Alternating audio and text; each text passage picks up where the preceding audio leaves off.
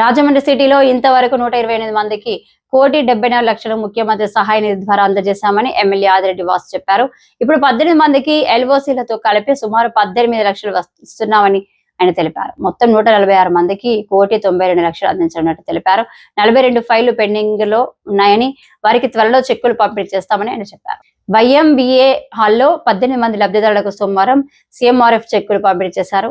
అనంతరం మాట్లాడుతూ గత 5 ఏళ్ల వైసీపీ పాలనలో రాజమండ్రిలో ఒక్కరికి కూడా సీఎం సహాయ నిధి అని నుంచి ఆర్థిక సహాయం అందలేదని, కూటమి ప్రభుత్వం అధికారంలోకి వచ్చాక లక్షలాది మందికి కూటమి ప్రభుత్వం సహకారాన్ని అందిస్తుందన్నారు.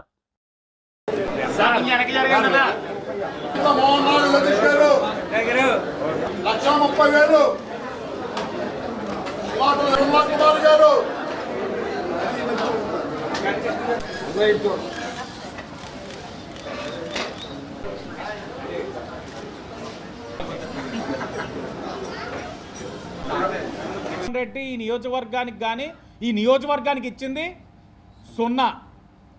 ఒక్కలంటే ఒక్కరికి కూడా ముఖ్యమంత్రి సహాయ నిధి ద్వారా ఆదుకున్నది లేదు. రాష్ట్రం అయితే ఇంకా మీకు మీ ఊహకి వదులుతా ఉన్నాం.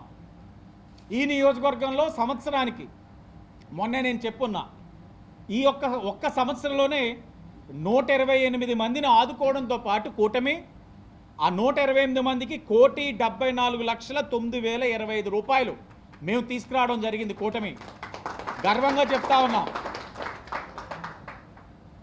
పబ్లిసిటీ కాదు ఇక్కడ చెప్పేది, ఎమ్మెల్యేగా నేను చెప్పట్లే, కూటమి తీసుకొచ్చున్నాం. ఈరోజు 18 చెక్కులు ఒక ఎల్ఓసి ఇస్తా ఉన్నాం.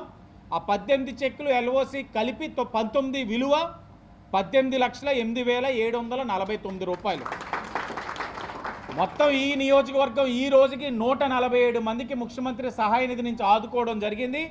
దాని విలువ ₹1,92,17,774.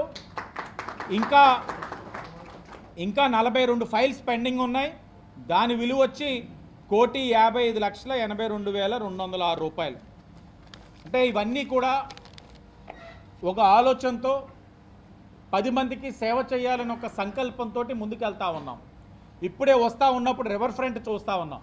శరవేగంగా జరుగుతూ ఉన్నాయి పనులు. రేపు ఎల్లుండే వెళ్తాం. ఇంకో పక్కన పార్క్స్ డెవలప్ చేస్తూ ఉన్నాం, రోడ్స్ డెవలప్ చేస్తూ ఉన్నాం.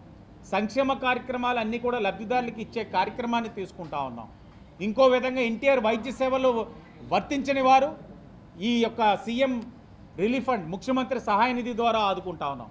ఎక్కడికక్కడ ఇచ్చిన అవకాశాన్ని సద్వినియోగపరుచుకొని ప్రజలకి మేలు చేసే విధంగా, సేవ చేసే విధంగా కూటమి పనిచేస్తూ ఉంది.